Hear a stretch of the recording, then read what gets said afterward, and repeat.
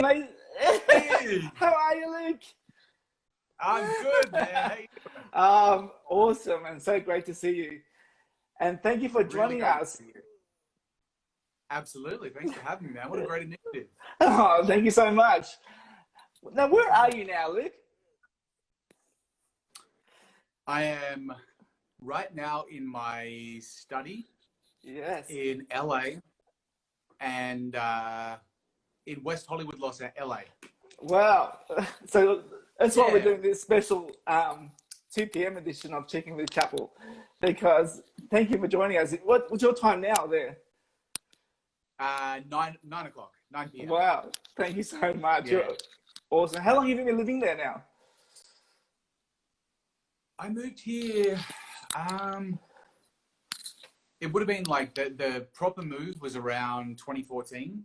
2014. But yeah, at the very end of 2014, but I still came back here. I still came back to Australia for kind of 6 months of every year for at least 3 years. But the last kind of couple of years, I've been predominantly here. But we're going to be heading back in August, I think.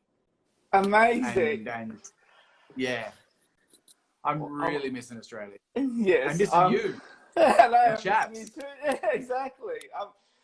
Like, Yeah. as I said in our introduction, you're an actor, producer, writer, director, and a rugby player as well. You put into that as well.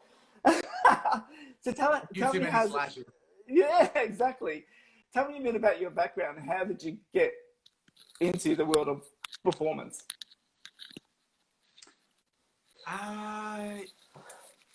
It was kind of, I don't know. It's a funny one because it wasn't really. It definitely wasn't a linear path. It was something that, I grew up in a pretty poor area. We didn't really have any, there definitely wasn't good role modeling around me. Yeah. And most of that kind of value system is sport, So I kind of played sport from a young age, and sport was the thing that gave you validation from the community you're in. And I was pretty good at rugby and boxing and a few other things, and that was just what I followed naturally. We lean into the things we're good at, and you get a big thumbs up from the world you live in. And but my deeper, the stuff I would do in my quiet time, on my own, or or that I dreamt of doing in the future, was always in the arts. I was always writing and doing poetry and playing guitar, and so it kind of got to a point where I did drama in high school. I played in a couple of little, crappy bands and stuff like that. I've got nuts in my teeth. And it got to a point the year after high school where I was actually talking about this the other day. It was very, very fortunate I didn't follow this path, but it was the year 2000, and I'd finished high school and was not too sure what to do with myself. I was playing rugby, and that was, paying my bills. And for most of that year, I wasn't too sure what I was going to do long term, but I knew it was something that maybe in the arts. But I got a little disillusioned, and so I did what, my stepfather did and a lot of friends did, is I signed up for the Army. Oh, wow. And yeah, and that was pretty early. Oh, no, was it late? It was probably around the middle of 2001. So how old were you then? And I would have been 19. Yeah, about 19. 18, 19. Yeah. And so I signed up for the Army, and, there's a couple of different stages you go through. So you have an interview and all that sort of jazz. The week before I was going in to do the psych evaluation, I got a call from the football club saying, "Hey, do you want to come back?" And they offered me another contract. So I said yes to that. And in my head, I said, I'll put off the Army for this year, and I'll, play another year of football, see where that goes, and see if anything else kind of comes to mind, or, see what the path unfolds. and then September 11 happened. Right. And so that was, 4 or 5 months maybe after I'd kind of looked into that. And, I wasn't good at following rules. I disliked authority from the get-go, so I don't know what the fuck I was thinking. But I think it was just a bit of structure and direction, So I didn't follow that path. And then the top of the next year, I went and started studying acting. I just sketched out on a piece of paper the things that I thought were, my top 10 career paths. Acting was at the top. So I said, all right, I'll start there. And kind of the rest was, I always knew I was going to do something in the arts. And I don't know what, my other thoughts were, but with the army or, football didn't really hold much allure. I wasn't really satiated with that. So yeah, long story short, started studying acting. But my deep dream was always to write. That was always the thing where I thought, when the time comes, because I'd always, I had hundreds of poems and short stories, and I continually amassed them. But I thought, at some point, the right story will come along, or the right life event will come along, and I'll just, go and get lost and write my novels. And it was that kind of romantic ideal. But I thought the more vocational path was acting, and I love acting, and I've done it for a long time. But as work has become more consistent, and I started stringing together jobs, I started realizing that it didn't really scratch the itch that I wanted it to. Yeah. And so I went back to, and I on my way up in acting, the way I'd kind of built my career from the ground up, because it wasn't linear. It was through making my own short films, producing theater, and, all that sort of stuff. So I'd done a lot of that stuff, and I really enjoyed it. And I felt that kind of it ticked all the boxes that I needed to tick. So a bunch of years ago, I started writing feature films, and I went back to study at Afters in Sydney. And, that was probably that was actually right around the time I was moving to the States. Oh, wow. So I kind of came here on an acting visa and had all the rep and all that sort of jazz. And at the same time, I was pivoting my whole career to go towards writing, because I'd started working fairly consistently, but it wasn't scratching the itch. And I was enjoying the work. It's better than laying bricks or whatever, but it wasn't really feeling, it wasn't, I think, I wasn't telling stories. I was a tool in the telling of the story, which is fun, but I really wanted to tell stories. So, and here I am. Amazing. We first got to meet you back in 2012 when you started one of my favorite plays of all time, the Laramie Project. Yeah, man. That was such an awesome production of it, produced by Mockingbird Theatre Company and directed by the amazing Chris Bullock. What are your memories of that time? Yep, I think you hit the note. It really was a special piece. The play itself is so, it's groundbreaking. Not only in the format and the way they've done it, that kind of verbatim theater style, but the way they just head first dove into these traumatic things that happened to that community and healed through theater. And I think that's what theater is best at, as a forum for healing and reflection and bouncing community back. And the Laramie Project is one of the most visceral examples of that.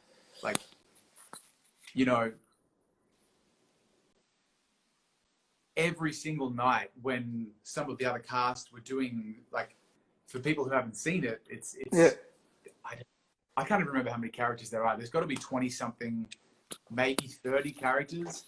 And our cast was around 6 or 7 strong. Yeah, so we each kind of divvied up that. And, I was playing a 70-year-old priest, and then I was playing a gruff 20-something, small-minded trucker, and then I was playing all these kind of really various characters. But while you're watching your other castmates deliver their monologues, which are essentially verbatim theatre monologues directly to the audience, you can't help but be affected night after night in different ways. So being in that black box and the way Chapel, you guys were amazing. You were there the whole way through rehearsals and bumping in. And I know it was a special piece because it had been there before, right? Yeah, yes, it had. A Yeah, couple of years earlier. yeah. So I know it had a special place in you guys' heart, but the way the community rallied around that show and the way there really felt like a conduit between the audience and the people on stage and the work itself, like what the work was trying to say, how it was doing it, the people telling it, which was just the vehicle, and then the audience kind of getting that message. It's a powerful piece of theatre. Like, it really is. And that was just amazing. We had such a special bond. Like, I really miss that gang.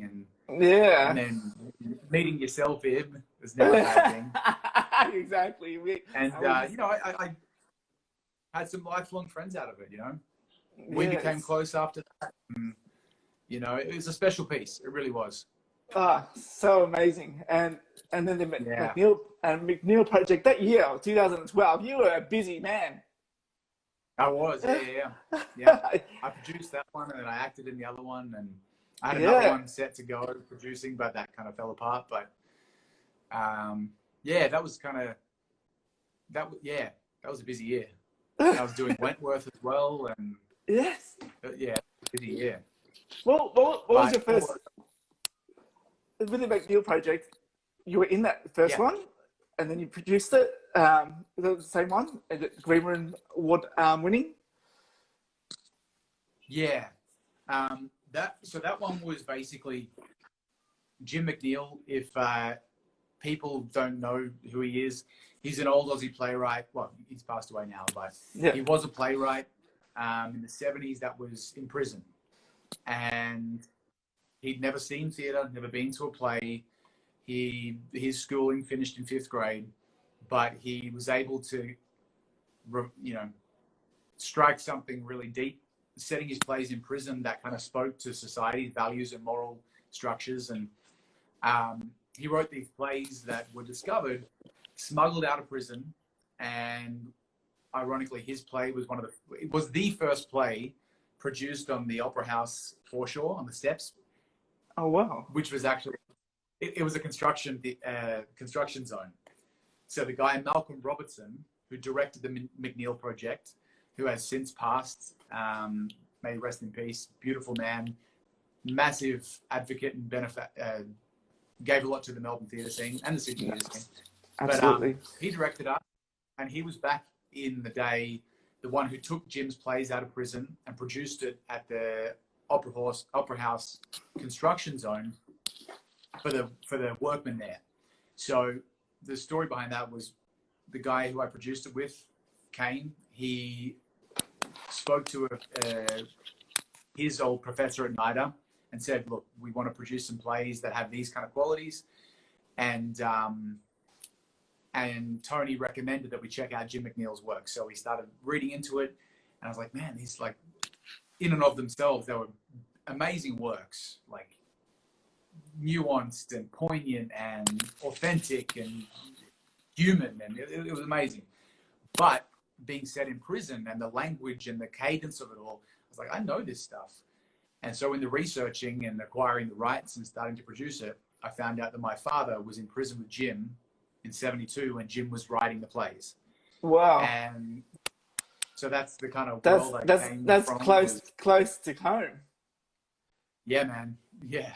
It sounded like, my old man and all his friends talking, like that prison rhyming slang and just the culture around that world. So we got the rights, we took it to Melbourne, got Malcolm on board, and again, that was another completely antithetical play to Laramie, but it was really powerful. Like, it was so much personal stuff in there. Did you get to see it? Was that 45? No, I didn't, unfortunately. Yeah. Was it just after? It was around the same time as Laramie, wasn't it? Was it just before? Or just after? I think we did it before. Yeah, just before. Yeah. Hearing myself and not seeing it because the reviews and everyone's feedback was so amazing. This play. Hopefully, when you come back to Melbourne, we can bring it back. Yeah. Yeah. Exactly. Yeah. I got to tell you, like, I'm missing Melbourne so much. I really am. Like, you know, coming to LA originally, it was like, you know, it's not on anybody's dream list. Maybe like as a destination, you come here for work primarily, but Yeah. you know, over the years, I've definitely found my own version of it and found my people and found the good people and all that sort of stuff. But man, I miss Melbourne. Yeah, it must be like we're just watching the, it must be so tough right now what everyone's going through in the world, especially in America. It's out of control. Yeah, and Yeah, it's like, we live like 50 meters from Melrose, and all the stuff on our corner was all smashed, and there's been like weird explosions at all hours and choppers overhead. Like it's died down the last week or so, or last week or so. But armored and military vehicles posted on the corner and choppers overhead, so it's just wild. yes, it's so sad to see what's happening in the world, but I'm hoping for a beautiful outcome, that a change that's been. Yeah. How are you guys doing at Chapel? We are doing well. Yeah, we have been closed since COVID, so hopefully we'll be looking forward to reopening again in the end of July. Fingers crossed. Nice. Yeah, to small houses. But yeah, we've been really creatively thinking about, creatively busy in our heads for the last few months, and this check-in with Chapel has been really awesome, and connecting with our artists and audiences on a weekly basis has been great and challenging at times, but really rewarding. Like it's been really awesome. Yeah. How the theatre community and our audiences come together and sharing new platforms to experience art and performance. So it's been challenging but great. Like I don't want to make it all down, but can you see any of the stuff that you've found and discovered, whether it be these chats or different formats for purveying art? Can you see those things like staying on after things open back up? Absolutely, Luke. We want to continue this chat forum. We're checking with Chapel. Even when this is all over. So definitely that. We definitely want to keep it going. Yeah, because we reach a whole new audience. Like we've been reaching people interstate and internationally as well. So it's been really awesome to share you guys and musicians, and not only us and our local, our community, but get you out there. Yeah, Chapel's a special place. It is. It's a hub. It's a community. Yeah. Definitely. Just spread that out. Like, if you've done a Chapel show, like you feel part of that family, Oh, thank you, Luke. Really? It's so nice. It's awesome. Yeah, and we want to continue that, and continuing with iconic moments and that family performance art sharing atmosphere. That definitely want to keep that up, and we definitely can't wait to see you back in Melbourne. Definitely, I know. very soon. But let's go into your TV career. You played some interesting characters, Mr. Leggy. Yeah, I know. Some goodies, some daddies, and in betweenies. Yeah, you were nominated for Best Newcomer and Logies for Rescue Special Ops. You played the young Mick Gatto. You played the inmate in Wentworth. And then you played the interesting character with PTSD in Holman Away. Yep. Yeah. And winners and losers. It's like, another kind of borderline personality. Yeah. There's like a running theme of kind of fractured men who don't quite fit in. That seems to be like the running theme. What's been your most challenging character you played? Oh man, most challenging. I think maybe In TV, Which one?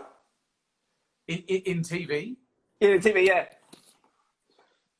it probably would have been the winner's role. Yeah. Oh, really? I reckon. Yeah, yeah, Yeah. yeah. That was a bit of a crazy character. You loved and hated him. Yeah. I felt. And that's it. It's like, I think that's the kind of, I guess that's the job of the actor, and hopefully good storytelling, where, you know, you don't just see the manifestations of the trauma, but you understand, well, you don't just see the behaviors, you understand where the trauma came from. And that was the balancing point with that one. It was kind of, you know, that guy had lost his partner, and he had been through a mental health roller coaster, and it manifested in his like latching onto this poor woman who, Yeah. for him, represented safety and represented, you know, maybe a bit of redemption, and maybe he endowed upon her his ex who had passed. And, you know, like you can connect the dots on how he got to the place he did that wasn't so great. So it was kind of a tenuous thing, because we were obviously shooting quite quick. Yeah.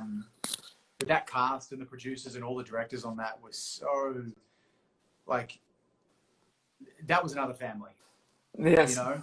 Yeah, yeah. And it was kind of like, it was a glossy and you know, like the show was what it was. It was a well done, upbeat soap, but Yeah. everybody on that show put their hearts and souls into it, and they really did the best they could to show nuanced relationships and different sides of society. And, you know, yeah, it was a great show, and that was a challenging role. Oh, but you're awesome.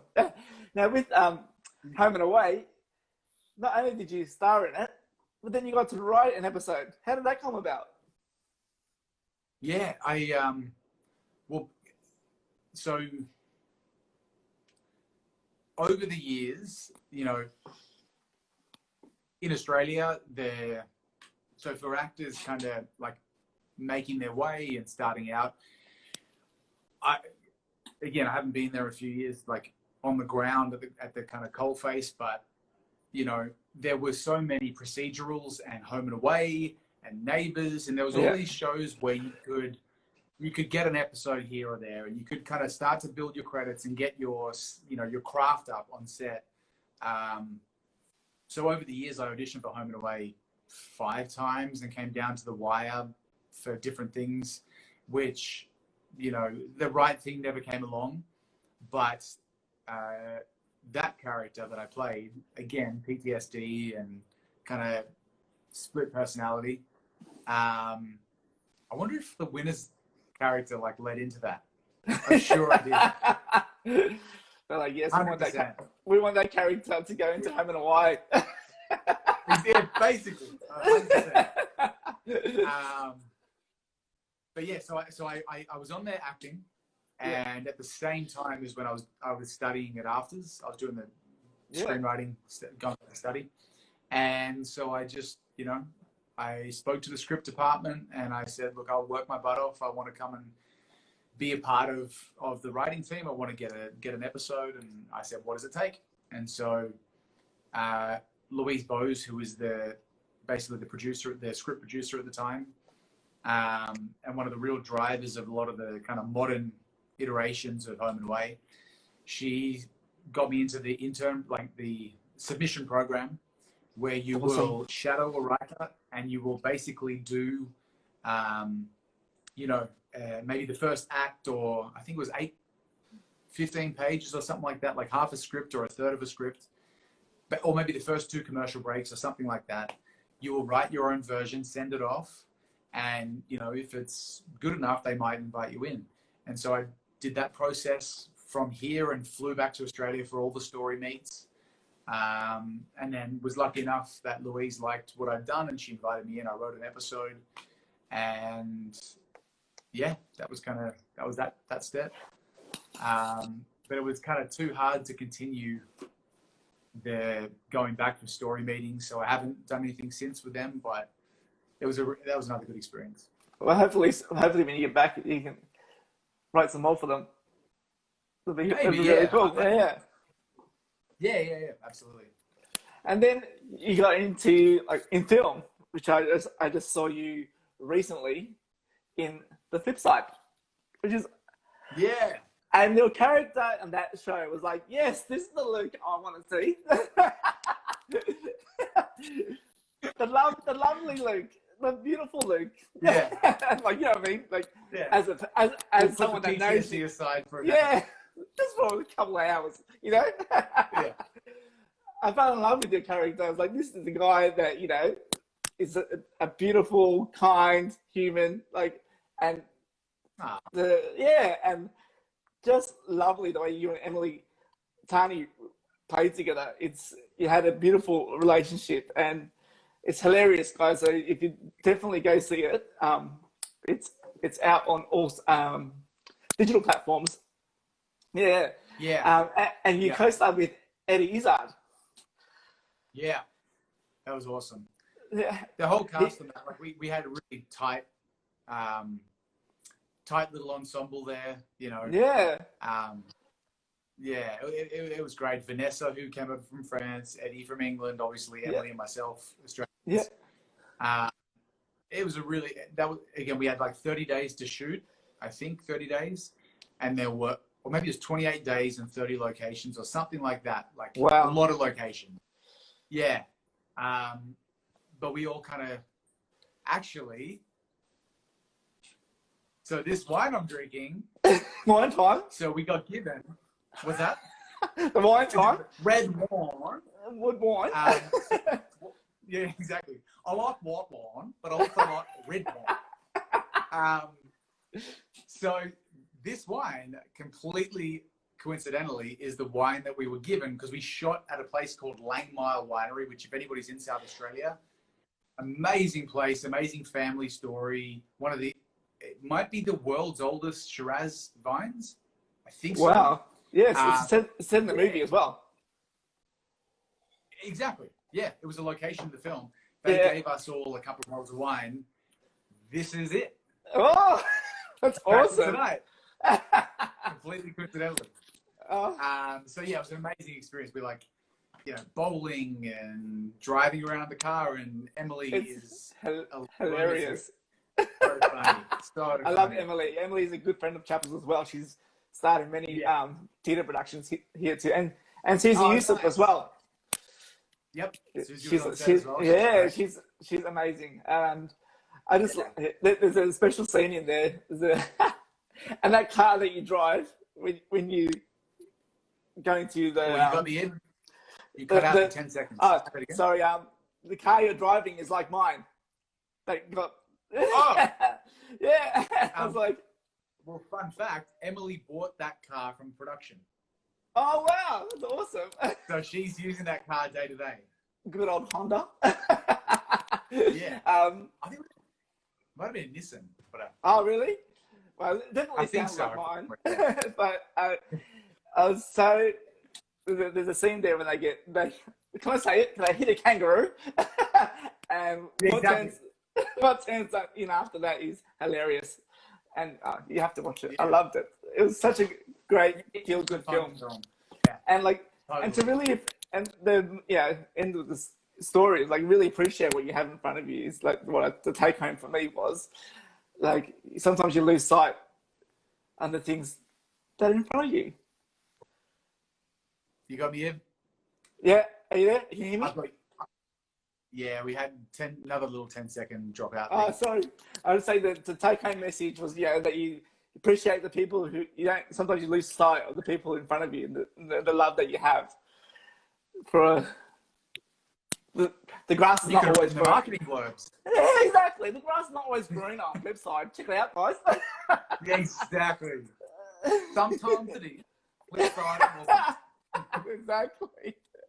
It was a fun film. It was a lot of fun. Yeah, people will enjoy it. Yes, definitely check it out. It's so good. So, what was it like when you having all this work in Oz, then going to LA? Was it like starting from scratch? I mean, I think it is. Yeah. Yeah. You know, when I came here, my mind my mind just wasn't on acting. Like I went out and did the rounds auditioning and stuff like that, but in my like downtime or whatever, we've got my little study here. I was at the computer writing and I was studying at afters. And so really the first year that I moved here, my mind had already kind of pivoted towards writing. So I think but short answer, yes. Like coming here, you've got to kind of start again. But it's different for everybody, you know. Some people come out of the gate strong and, you know, right place, right time, or the right project launches them over here and they can jump right up the ladder and get in at a nice high level. Some people start at the bottom and crunch away for 10 years. Other people's a bit of both. So I don't think there's any really one like set way, but you do have to prove your stripes. And, you know, buzz and heat and hype can go so far, but fundamentally you got to earn your fans. You know, the casting directors, the directors, the networks you might work with, you know. So, and you studied improv as well, and you're into writing comedy as well. And you had some sketches with Conan O'Brien. I did, yeah. I was lucky enough to do a couple of sketches on there. One of them playing like a Steve Irwin type character, and the other one doing what was that one? Oh, Jon Snow. I was Jon Snow. Oh wow! So crazy. Yeah, it was really cool. But the episode that I was Jon Snow, I forget his name. Sam? Was it Sam? The Maester in Game of Thrones. The kind of like nervous, bigger guy. Who I know you're talking about. I just don't. Yeah. It's like coming to. It's a Tim my tongue. I think it was Sam. Yeah. But anyway, he was a guest on the show when I was doing Jon Snow. So in the green room, I was sitting there in like full Jon Snow getup, basically to take the piss out of Jon Snow. Sam Tarley. Sam Tarley. Yes. Thanks, Brooke. Brooke's got it. Yes. Yeah. Good on you, Brooke. Yeah, love you, Brooke. She's the best. The best. So like he was sitting in the green room as I'm there in like the full Jon Snow garb, and Conan's running in and out, and like, and one of my heroes was on that episode as well, Neil deGrasse Tyson. Oh, so wow. He was in the green room, and I'm like trying to get as much like just chit chat and, you know, connect with him as much as I could, while Sam was kind of giving me sideways eyes as I'm in this like Jon Snow get up. So it was good fun. Oh, hilarious. Just all the little weird gigs you get over here, you know. So with your writing and with your performing, have you ever thought about doing stand-up? I have, but I think I have. Have you? I have.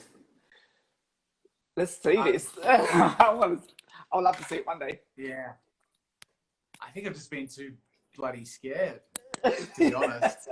I've done improv for 10, 15 years, or 15 years, but I don't know why. They talk about the 3 pillars of comedy being like sketch, stand-up, and improv.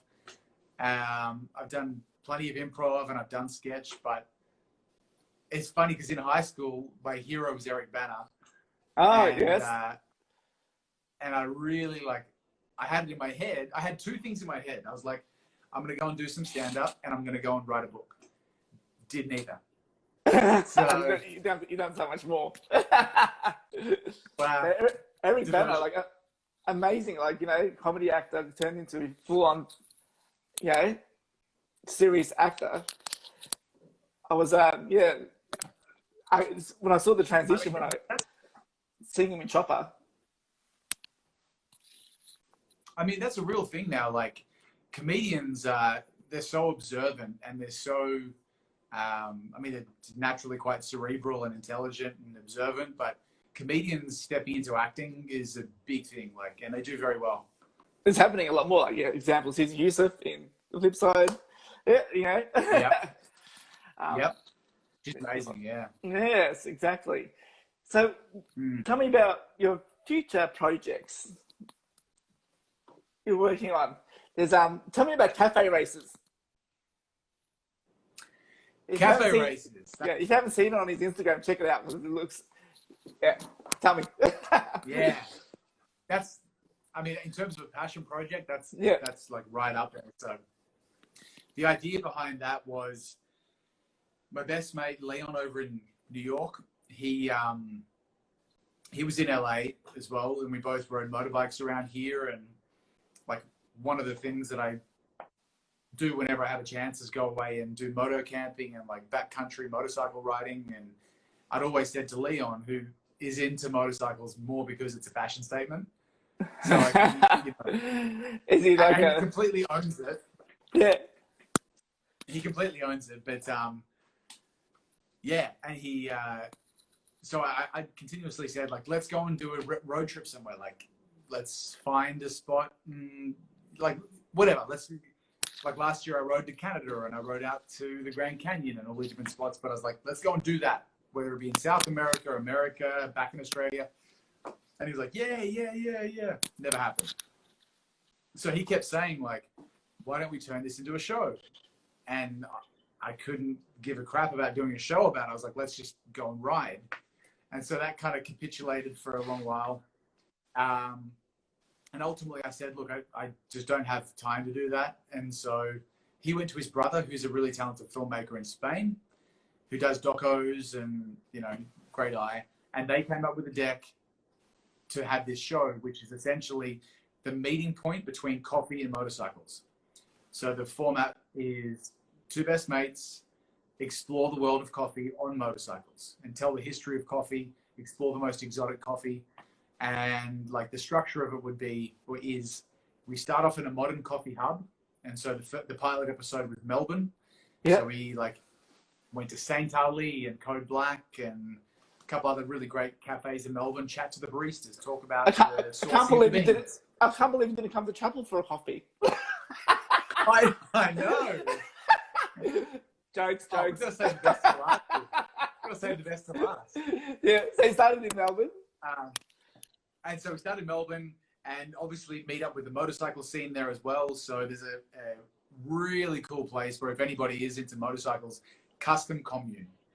They're in, I think it was Abbotsford. I think it's Abbotsford.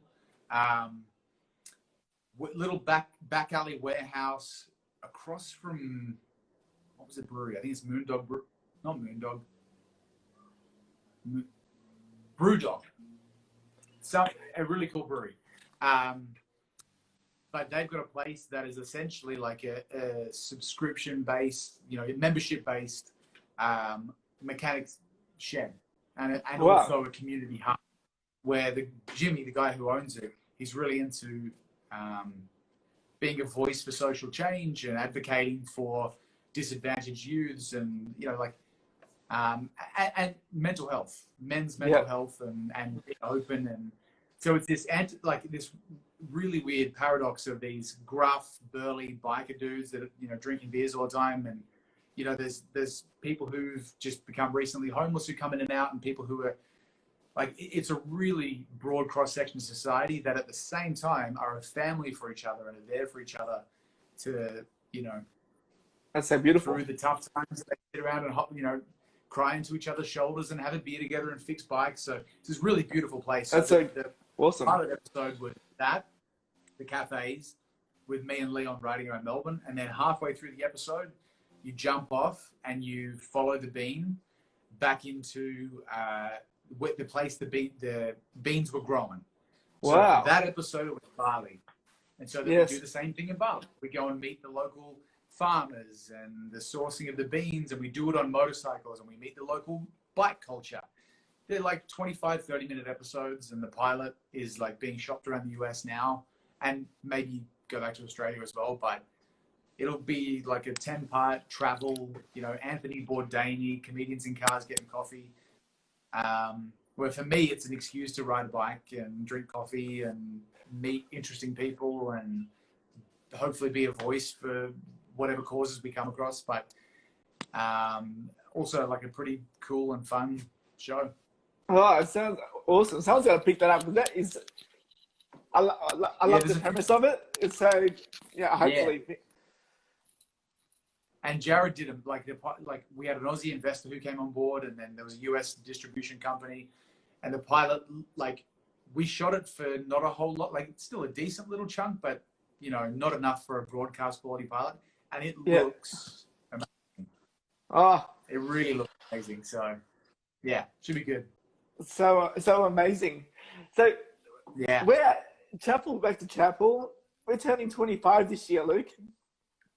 Since operation, Wow. like since we turned a little lovely church into a theatre.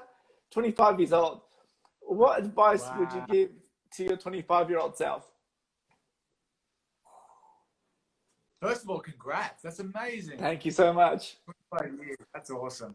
That's quarter of a century of producing and giving art and being a community hub. Man, good on you guys. That's awesome. 25-year-old me, let me just place myself. I think I was coming back I traveled for a couple of years. I just like floated around the world. So once I finished acting school, had like a couple of unfortunate events happen, and I just kind of like pulled the pin on life and said, all right, I'm out of here. And I just went and traveled for 2 years, just got lost around the world. University of Life. And then, yeah, really, yeah. Yeah. I like had my teeth punched out, and so I had like a fake tooth. And I was like pretty depressed, and like 22 or however old it was, 22, 23, with a false tooth and like trying to make it in acting. And I'm like, fuck.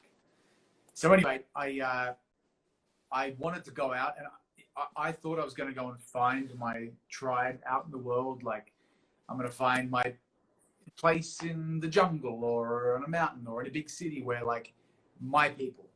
And I chased that for 2 years. Like, I hitchhiked around like East Canada, West Canada, hitchhiked across South America on my own. Wow. Through Chile. From India to living in Sweden for a few months, and like pretty, like I got after it. Like I got after the adventure of it all. And I just kept on thinking that I would find like around the next corner is where my tribe would be. But I got to Chile and I was literally broke, no ticket home, no credit card, no travel insurance. And I was sleeping on a beach, and my friends in a local hostel who I'd met along the way, who were kind of like became this like snowball of a hitchhiking mob. So I hitchhiked from Natal in Brazil down to Sao Paulo, across to Buenos Aires, then across to Mendoza. I met a guy in Buenos Aires. He joined me. We hitchhiked to Mendoza. Another guy, an American guy who's one of my close mates here, he joined me from Mendoza across the Chilean Andes. We slept in the caves up there, hiked mountains during the day, jumped on tourist buses, and then walked down massive. Anyway, crazy big adventure. And I got to the bottom of it with literally not a cent to my name. They were feeding me leftover pasta from the hostel's bin. And I realized that I had this thing called that I call now beauty fatigue. Like, I was an observer of the world. I wasn't in the world. I wasn't using any skills to be part of it. I was quite literally just watching cultures and looking at amazing scenery and having adventures, but like not contributing anything, not using any of my skills, and not part of any community. So I kind of realized that the thing that I'd sought wasn't out there. It was more about using my skills to contribute to the world in some way, and dive back into society. So that was where I came back to Australia and said, right, I'm going to start being pragmatic about my career and start making some better choices. And so I did. So what I would say to myself is, because that was the turning point for me between, can you hear me properly, Ibs? Yeah. That was kind of a pivotal moment where up until then I'd been like introspective and doing a lot of self-work and trying to like untangle some of my crap and just trying to grow and get better without any of the tools how to do it. Yeah, absolutely. When I got back from that big travel trip, I focused on the external more. Not in terms of like BS validation stuff, just in terms of being practical and building my career and all that sort of stuff. And so I would tell myself, it's a very long-winded way around to saying it. It's really interesting. Yeah, I would tell myself to balance the self-work, you know, whether that be therapy or introspection or creating better boundaries and giving yourself what you need, with that like external, just running on the treadmill and trying to get, you know, the external pillars set up. So just balancing those inner and outer worlds a bit better. I'd say that. That's really awesome advice. And don't drink as much wine.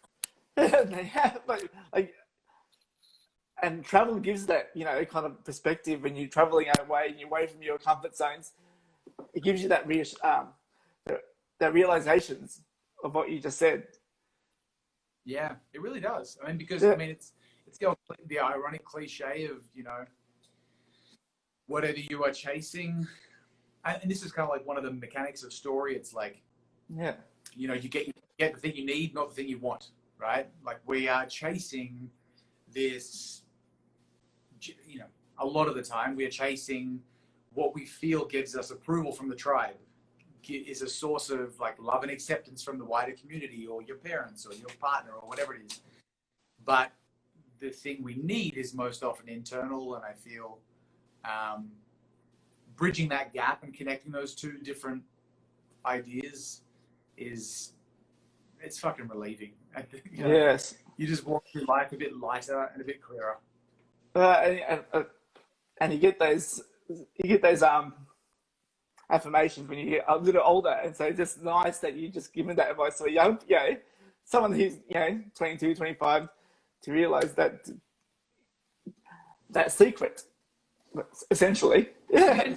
Go gently on yourself, you know. Yeah. We're all just trying to get through life, be loved and love, and, you know, hopefully get over some of our stuff and, you know, make the world a little bit better. And, you know, as long as that seed of growing is there, even if it's just a tiny seed, as long as it's never going to be linear, but as long as it's forward momentum in some way, getting a little bit better this year to last. You know, and there's going to be dips and troughs, and there's going to be stumbles, and it's going to be clumsy at times. But, you know, as long as we've got that seed of growth, then it'll all work out, I reckon. We can go easy on ourselves. Yeah. Give yourself a little gentle hug yourself. Yeah. What would you say, 25-year-old you? What was that? What would you say? To my 25-year-old self? Don't worry so much. Stop overthinking everything. And chill, like things, yeah, and have more confidence in yourself. I think I learned those things, like, you know, confidence and worrying was a lot, took over that's 18 to 30 was my issue. But, you know, seeking help and getting, you know, counselling and stuff really helped me get over all that. It always comes in and out, but we're always working hard to alleviate our mental woes. But, you know, yeah, I think worry is the worst for me. Like, for the 25-year-old self, stop worrying. Don't worry too much. Don't worry. Don't worry. Do you find me? Don't worry. Drink some wine. Drink some wine. So we're saying? Do you kind of feel like? I heard this analogy a couple of days ago, and I thought it was just so.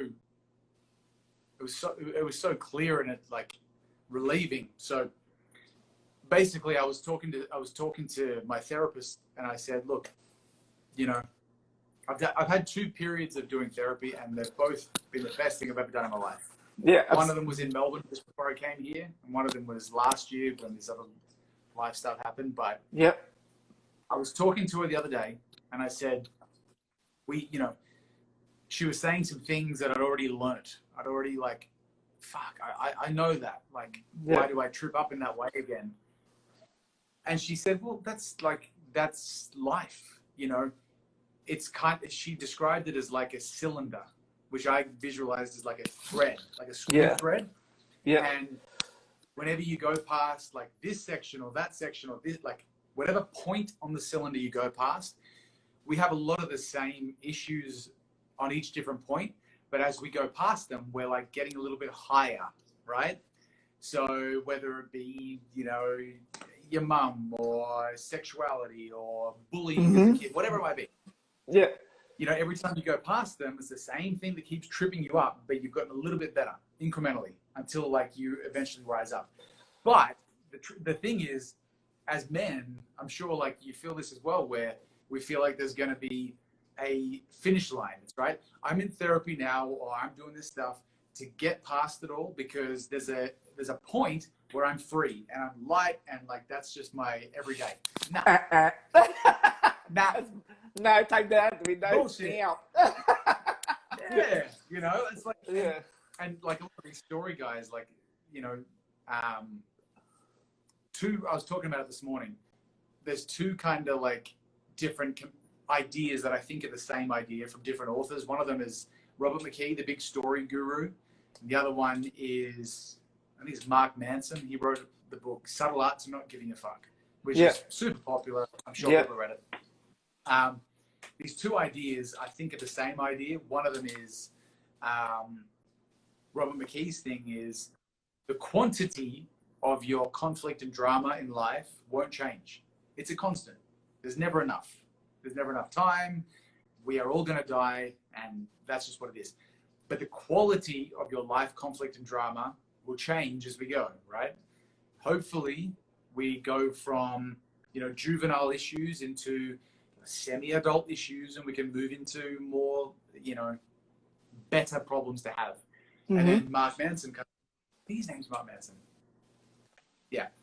He kind of talked about it as having, you know, one of the sources of happiness is solving problems. Like, we feel good about it. We, you know, like ticking off a thing on a list, or getting clarity, or, you know, cleaning the room, whatever it is. So we don't want to get rid of problems. We just want to make the quality of our problems get better through life. And I think that links into that analogy of going up the spiral, right? We're going to pass the same sort of issue, but if we can just make the quality of our issues a little bit better each year or month or whatever it is, then that's all. Absolutely. How did I get onto this? Like, no, it's so interesting. And then my take home, like, I always think is like, you know, try and go back to the now, like right now. You know, I have like worries that, you know, overthinking stuff, you know, or I just think, what's happening? Am I, you know, thinking of this now, the minute, time? Am I okay? Yes. Is it affecting me now? No. Why am I worrying about something that's going to happen in 2 weeks, or might not happen, or blah, blah, blah?